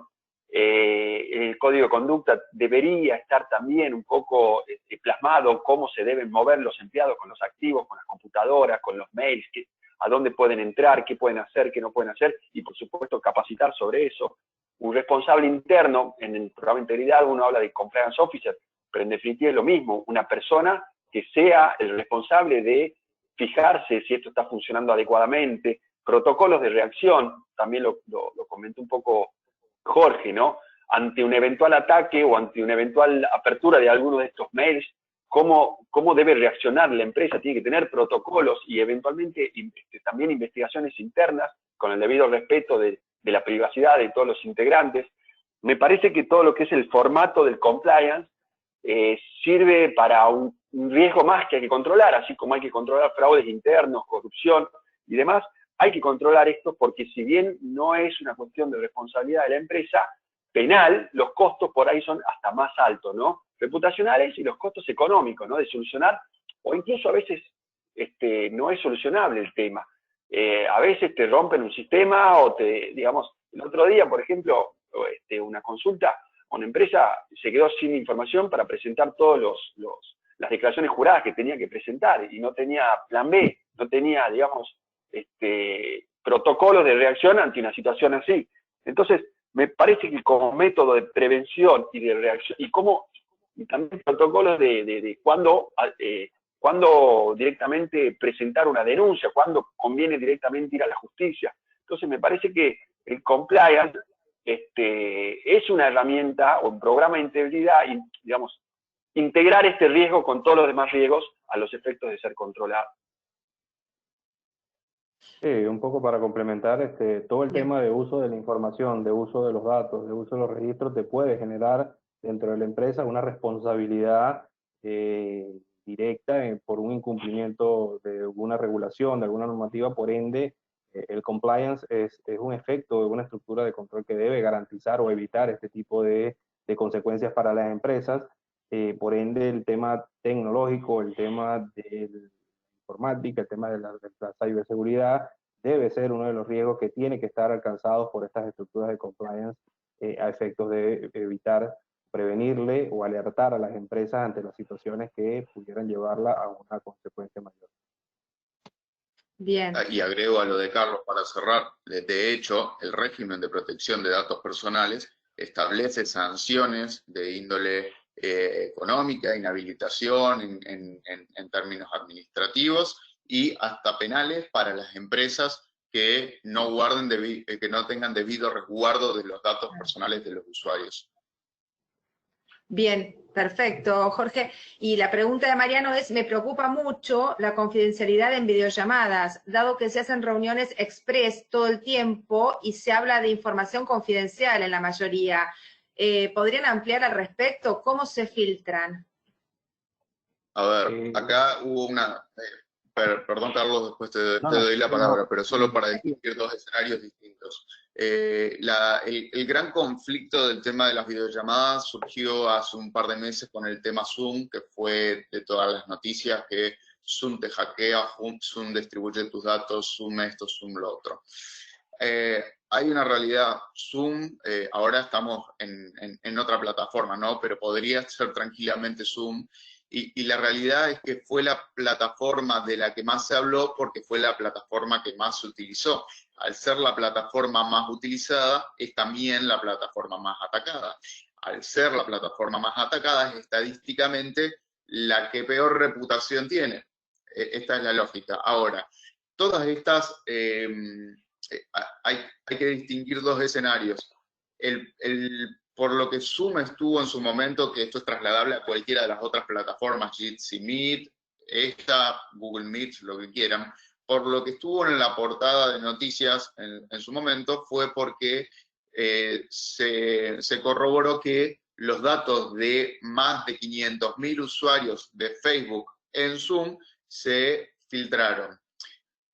Esto es un problema de Zoom, es un problema de una vulnerabilidad que sufrió Zoom en un ataque, pero esos datos son datos que nosotros les entregamos a Zoom, porque cuando uno se registra en una de estas plataformas, tiene dos formas de registrarse. Una, desde cero, con un formulario que uno completa, y donde pone su mail, su contraseña y cómo se quiere presentar. Punto final. La gente no quiere llenar ese formulario, entonces va al acceso rápido. Hay una que se llama iniciar sesión con. En ese iniciar sesión con suele ser un iniciar sesión con Facebook, con Google, con Instagram, con LinkedIn, con Twitter, con lo que sea. Y cuando nosotros tomamos ese atajo, el costo es que no sabemos qué datos estamos alojando finalmente en la plataforma para iniciar sesión. Pero seguro que esos datos van a ser muchísimos más que los datos que nosotros entregaríamos voluntariamente cuando rellenamos el formulario, aunque no necesitamos mucho más que mail, contraseña y un nombre. En Facebook, imagínense la cantidad de datos que hay, en Instagram la cantidad de fotos, de ubicación, en Twitter geolocalización, no sabemos realmente cuántos datos estamos dando. Entonces, cuando una de estas plataformas en las que iniciamos sesión de esa manera sufre una vulneración, el dato filtrado no es el que nosotros pensamos, es mucho más quizás. ¿Y qué es lo que pasa? Lo que hablaba Carlos en su conferencia, que la gente generalmente utiliza para todas estas plataformas la misma para todo la misma contraseña. Entonces, cuando se filtran los datos de una, tienen acceso a todo, es como andar con una llave maestra. Y yo hay una frase que siempre digo que es, si la puerta de tu casa, la puerta de tu auto y la de tu oficina se abren con llaves distintas, no pretendas usar para todas las cuentas la misma. Este es un escenario respecto de las vulnerabilidades del sistema. La pregunta que me hacen va más por el lado seguramente de si nosotros estando acá en esta videollamada, alguien nos está escuchando que no haya estado invitado, si hay un problema con la confidencialidad, cómo manejarse en las videollamadas en la empresa. Ahí ya no tiene tanto que ver la plataforma en sí, como el cuidado que tenemos que tener nosotros de la plataforma. Hubo un fenómeno, y recurro de nuevo a Zoom, que se llamaba Zoom Bombing, que implicaba constantes accesos a reuniones ajenas para perturbarlas, de la forma que sea, inclusive cometiendo delitos, como con exhibiciones obscenas a través de prender la cámara web, con compartir pantalla, con pornografía, con entrometerse en el chat y ponerse a difamar gente, o utilizar inclusive el chat de la plataforma como un canal para cometer un phishing y cometer así un delito, ya que el phishing es el medio comisivo. Entonces yo en el chat de la plataforma supongamos que estamos en una clase y pongo en el chat un archivo y le digo a todos, lean este paper súper interesante sobre las últimas medidas de regulación en materia de compliance, está buenísimo, y todos ustedes descargan el archivo de un compañero de clase que no saben quién es, pero de repente ese archivo te instala un virus. Chau, fuiste. La plataforma puede ser un medio comisivo de otros delitos, pero la forma de prevenir que esto ocurra ya no depende de la plataforma, sino de que el anfitrión tome los recaudos necesarios en la configuración. Y esto es utilizar una contraseña, no difundir la contraseña por todos lados, generar una sala de espera si lo hubiera, deshabilitar cámara web, chat y micrófono a los participantes que no quiera que se hable. Digo, cada una de estas herramientas provee de distintas configuraciones que pretenden justamente mitigar estos riesgos. Entonces, lo que tiene que hacer, si se quiere, el auditor de sistemas, si me preguntás a mí, es exprimir esta configuración al máximo para que no haya ningún tipo de interrupción, ni interferencia, ni posibilidad de alguien que no esté invitado a una reunión acceder a ella. Pero por el mero hecho de estar nosotros en una reunión ahora, las posibilidades de que alguien nos esté escuchando son mínimas, si es que nosotros utilizamos la plataforma correctamente. Sí, un poco para complementar lo que decía Jorge, en primera instancia el tema de Zoom fue el más notorio, pero muchos de estos eventos se dieron por un mal uso de la plataforma o no poder establecer los parámetros adecuados para gestionar las reuniones.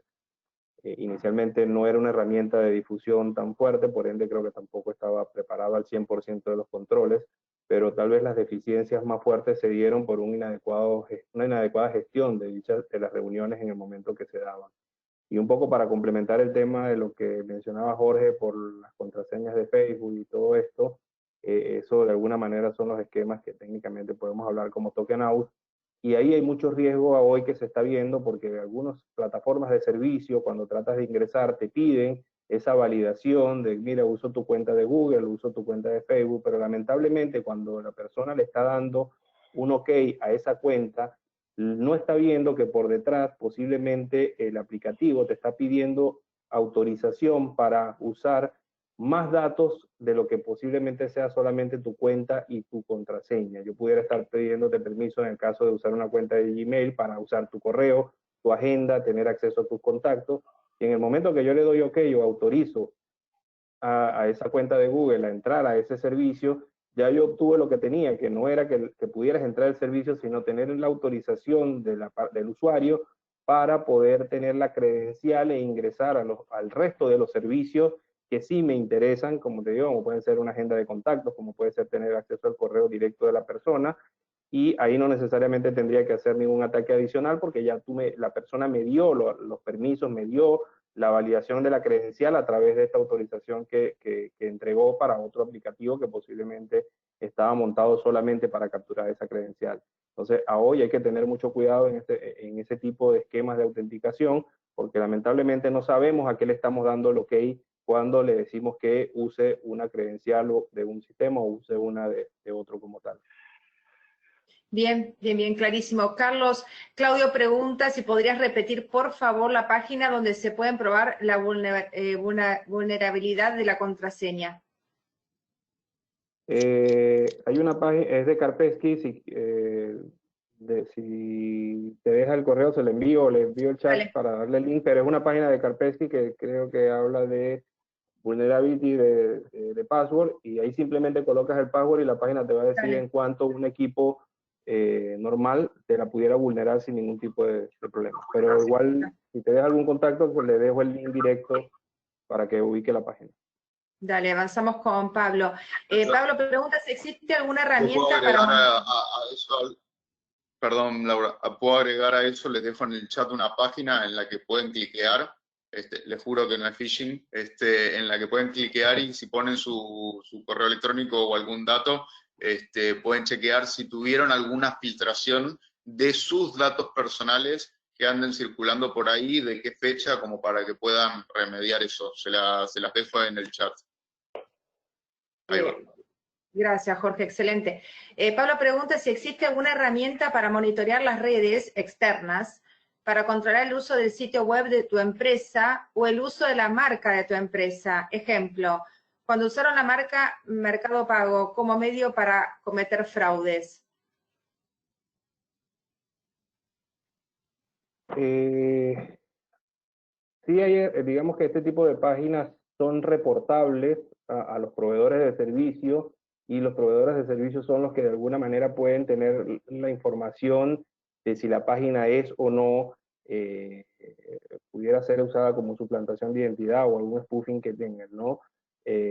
Hay sistemas, digamos, un poco más avanzados o servicios que te monitorean si hay páginas que tienen similitudes o que se usan en otros dominios complementarios. Por lo menos, colocamos un ejemplo, una página x.com, puedes crear x.com.ar y con eso puedo obtener datos para poder obtener credenciales o datos adicionales. Por lo tanto, hay servicios que sí te monitorean la activación de páginas muy similares a la que tú tienes registrada y te alertan para que pueda ser monitoreada en este sentido.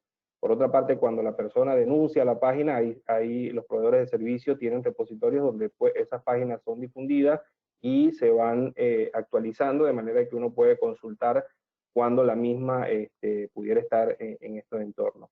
Y también hay herramientas, pasa que bueno, son temas comerciales, pero hay herramientas que te hacen evaluación de entorno donde este tipo de ataques pueden verse o pueden monitorearse a nivel de las redes sociales y también pudieran determinar en algún momento si están siendo víctimas de un phishing o algún ataque, porque estas herramientas de inteligencia artificial te analizan si hay algún tipo de tendencia o alerta en alguna de las redes sociales, Twitter, Instagram, cualquiera de estas donde se puede circular información para poder ataque o alguna suplantación que pueda tener después un riesgo mayor.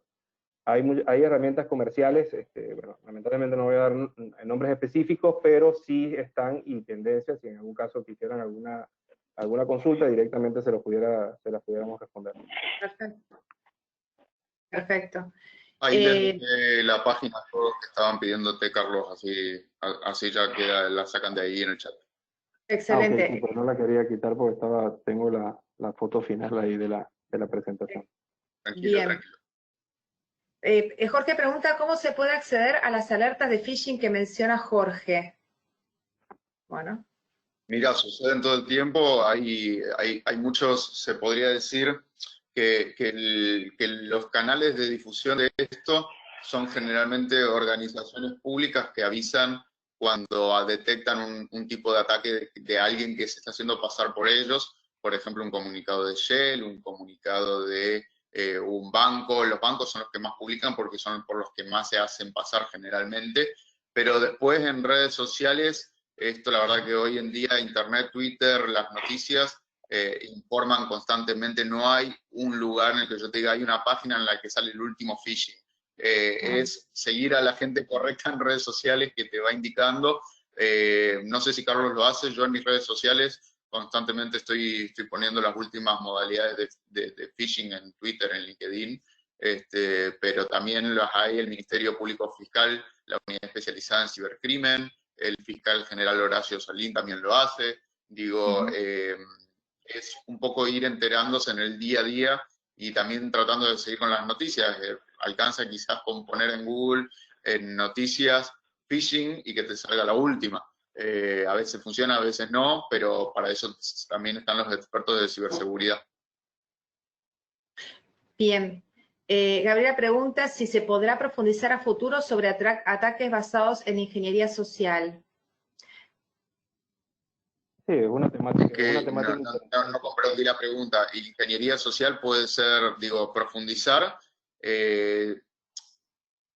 Si la ingeniería social dijimos que son métodos de manipulación psicológica. Ahora, los métodos pueden ser muchos, pueden ser desde un mail camuflado en el que te escriben muy parecido a la persona que te habla, en el que te ponen un dominio similar al del que te suele escribir cambiándole la letra, o puede ser estos deepfakes de lo que hablé en la contraseña, que es a través de algoritmos de inteligencia artificial. Yo el otro día vi en una charla de prevención de fraudes de Mercado Libre, como un experto en ciberseguridad mostraba que estaba con su teléfono y al costado tenía la imagen de Einstein, una imagen que sacó de Google de Einstein, y filmándose con un software que requiere muchos recursos de sistema, pero que se puede hacer y cada vez se va a hacer más. Mientras él se filmaba, él gesticulaba y lo que él gesticulaba y decía, lo hacía la imagen fija que descargó de Google de Einstein. O sea, él estaba haciendo hablar a Einstein. La aplicación de esto en ingeniería social es que yo puedo tomar la foto del CEO de una empresa y entrar a una videollamada y con este software a futuro hacerme pasar por él en una videollamada. Digo, la gravedad de lo que se nos viene. Entonces, en cuanto a profundización, yo creo que es estar muy pendiente de los avances y saber que lo que pensamos que es muy futurista, en realidad es muy de hoy ya. Pero no sé qué más profundización dar. No, en ese caso te complemento que el futuro no está tan lejos. En Europa pasó un caso de una empresa de transporte donde le autorizaron por medio de una video, así como la plantea, 4 millones de dólares le autorizaron, y la persona, por el efecto coronavirus, estaba fuera.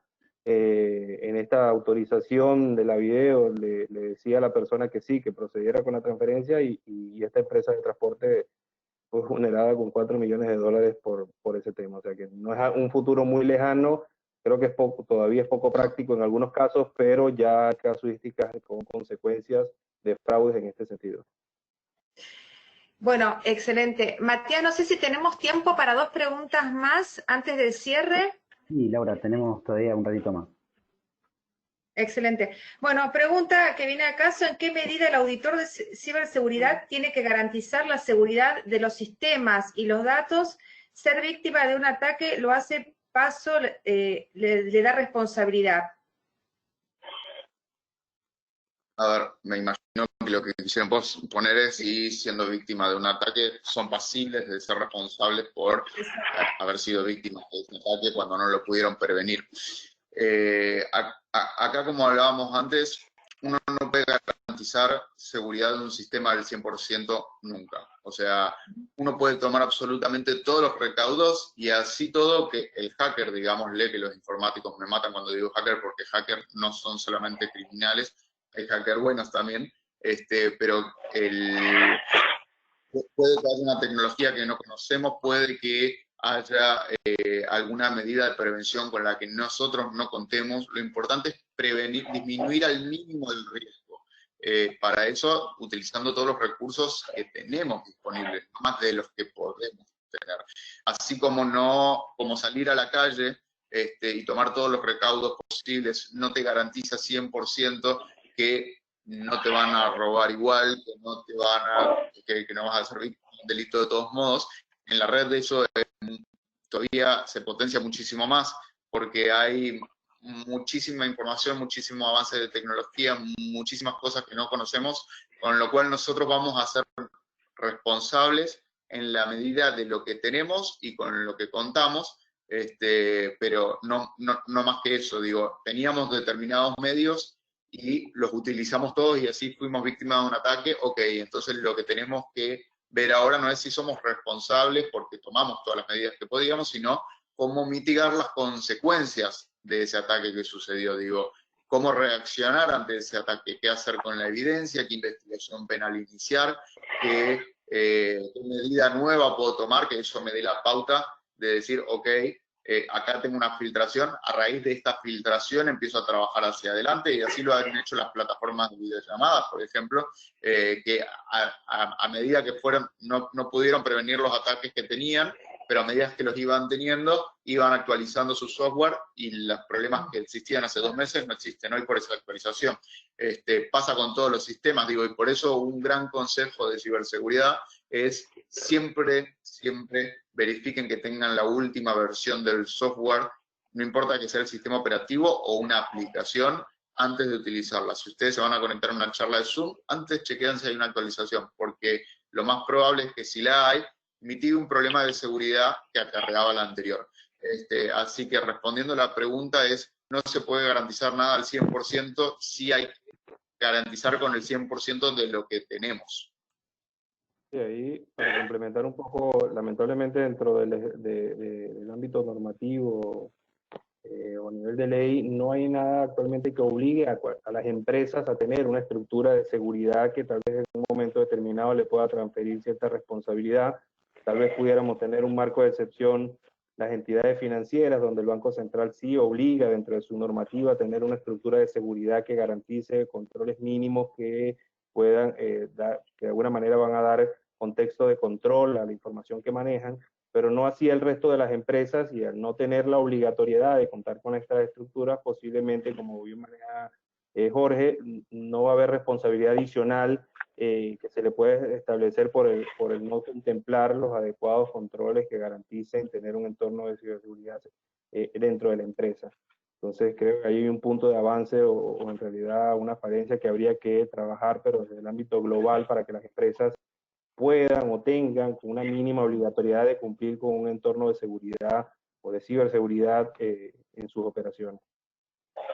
Y un poco complementando la obra también, en realidad cuando uno analiza la responsabilidad penal, ¿no? Porque no sé qué otro tipo de responsabilidad laboral, bueno, será una cuestión de la empresa de analizar qué decisiones toma la dirección acerca de si es responsable o no, pero es secundario. Me parece que con respecto a responsabilidad penal, cuando uno analiza o cuando uno ve la mayoría de los delitos informáticos, sea violación de secreto, acceso indebido a un sistema informático, un fraude que puede sufrir la empresa, un daño informático, un robo de datos, me parece, y corregime vos, Jorge, injurias, hostigamiento, hasta terrorismo cibernético existe, son todos dolosos. O sea, para imputar una responsabilidad al responsable de una empresa, me parece que necesariamente hay que probarle no una mala praxis, sino que hay que probarle que realmente quiso un dolo directo, un dolo eventual, que realmente quiso o realmente se representó que eso iba a pasar y no hizo absolutamente nada al respecto. Son como delitos, la mayoría, o todos, por eso creo que la mayoría de delitos del Código Penal relacionados con modalidades informáticas son delitos dolosos. Sí, ahí hago un comentario sobre una persona que está escribiendo algo en el chat que te probó y dice que su contraseña fue vulnerada en 14 días. En realidad, la dedicación y el esfuerzo que le vaya a dar el atacante va a depender mucho de la información que tenga bien conseguir. O sea, 14 días puede ser rentable para un hacker dependiendo bueno, para una persona malintencionada o un atacante, si en realidad el beneficio que quiere obtener le da para esperar esos 14 días o 15, todo depende de la información, pero como bien dice, lo que se necesita es tiempo para poder vulnerar en algunos casos estas contraseñas, pero cada vez hay maneras más rápidas de hacerlo, por lo tanto el beneficio lo puedo obtener de manera más corta y ahí vale el esfuerzo de generar el ataque o la vulnerabilidad para poder lograrlo. Entonces, es un punto importante porque en realidad depende mucho también de que las empresas entiendan qué tipo de información tienen y cuál es el esfuerzo que deben colocar para proteger. Bien, Carlos, perfecto. Antes de cerrar con la pregunta de Mariana, si quieren, esta última para Jorge, si no se pudo prevenir, ¿se puede investigar o la justicia argentina no está preparada para combatir el cibercrimen? A ver, hay un montón de delitos que están previstos por el Código Penal y en Buenos Aires, inclusive por el contravencional también, aquellas figuras que no llegaron al Código Penal lamentablemente todavía, y todas se pueden investigar. De hecho, cuando la mejor medida de reacción de una empresa es la denuncia y la erradicación de una causa penal para protegerse, porque es el elemento que les permite decir: miren que a mí me atacaron y por eso se filtraron los datos. Digo, y ese ataque, los ataques más habituales, acceso ilegítimo al sistema informático, violación de correspondencia digital, denegación de servicios, la implantación de un malware, de un virus, también pueden ser víctimas de difamaciones, pueden ser víctimas de casi cualquier cosa que se imaginen, pero en términos de resguardo de datos, lo importante de la erradicación de una denuncia y una investigación penal no solamente es tratar de identificar al responsable del ataque, sino protegerse de las consecuencias legales de decir: yo estoy denunciando que fui víctima del ataque, para explicar por qué esos datos personales andan circulando por ahí, si se quisiera. Con lo cual, la segunda parte de la pregunta te la respondo ya, y es: la justicia argentina está preparada, al menos en Capital Federal tenemos unidades especializadas en cibercrimen, se está ampliando de a poco a las provincias, estamos dando muchas capacitaciones, tanto personas del ámbito público como del privado. Yo el otro día di una capacitación para el Ministerio Público Fiscal de Mendoza, por ejemplo, con lo cual de a poquito las provincias se van metiendo en esto, y lo importante para las investigaciones es, y esto lamentablemente sí está muy circunscripto a lo que es Buenos Aires, es la capacidad de análisis del investigador, que no siempre es el funcionario judicial, sino que es personal policial, si se quiere. Entonces, nosotros en Buenos Aires tenemos tanto la División Tecnológica de Delitos Informáticos de la Policía Federal Argentina como el Centro de Investigaciones Judiciales de la ciudad de Buenos Aires que tienen tecnología, podríamos decir, de punta que le compite a Europa. Estamos a la par. Ahora quizás nos vamos a Jujuy y no tenemos lo mismo. Quizás nos vamos a Tierra del Fuego y no tenemos lo mismo. Entonces, es generar por ahí, vamos a depender, el éxito de la investigación no va a depender quizás tanto de la justicia, cuyo operador judicial sí tiene que estar capacitado para entender estos nuevos conflictos, y por ahí los jueces, por un tema generacional en la mayoría de los casos, cuando uno trata de explicarle qué es lo que pasó y que el delito se cometió a través de un servidor alojado en el exterior y se usó ese servidor para acceder remotamente a otro y hay un problema de transnacionalidad, digo, tienen que tener la mente abierta, pero va a depender mucho más de la justicia de el personal que haga la investigación, con lo cual si me preguntas si la justicia puede, tiene que tener las herramientas de prueba que van a depender mucho de los investigadores de cada provincia. En Buenos Aires estamos muy cubiertos. Bien, perfecto. Y ya por último, Mariana pregunta, ¿qué consecuencias puede llegar a tener una entidad sin fines de lucro que en su página habilite botones para recibir donaciones y no tiene el certificado de seguridad? Carlos. Sí, en estos casos, digamos, el certificado te garantiza la identidad de la persona que está del otro lado, ¿no?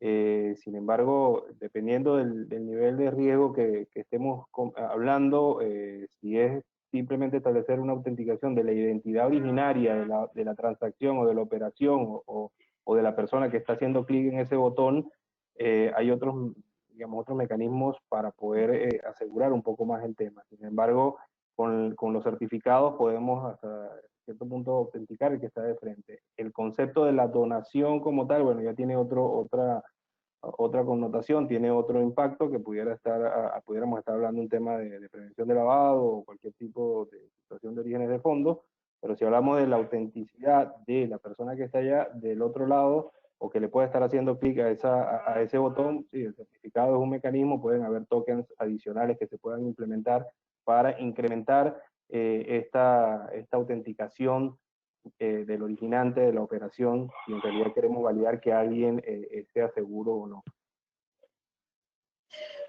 Bueno, Matías, no hay más preguntas, así que si querés, dejamos las palabras para el cierre. Bueno, Laura, muchas gracias. Bueno, un poquito antes, Matías, bueno, de nuestro lado del estudio, agradecer a todos los participantes, a Diaya nuevamente. Estamos a disposición eventualmente para futuras consultas. Les agradecemos.